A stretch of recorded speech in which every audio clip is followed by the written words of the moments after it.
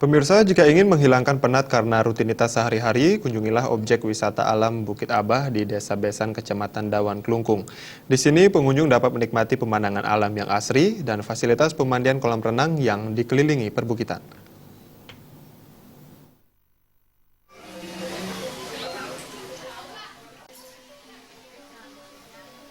Pada Hari Manis Kuningan, objek wisata alam Bukit Abah ramai dikunjungi wisatawan domestik maupun mancanegara.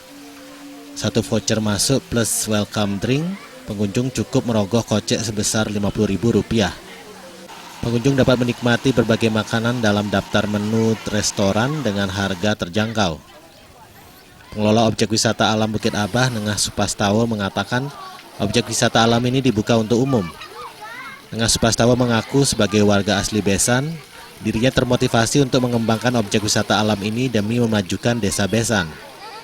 Launching kurang lebih 1,5 bulan lalu oleh Bapak Bupati Klungkung, terus sekaligus yang membangun desa karena desa Besan, Kecamatan Dawan ini diprioritaskan untuk desa wisata. Yang mana desa wisata dia nak berkembang di Nusa dan Ceningan dan Lembongan juga harus berkembang di Klungkung daratan. Makanya Tiang berkomitmen untuk membangun desa, kebetulan Tiang lahir di sini.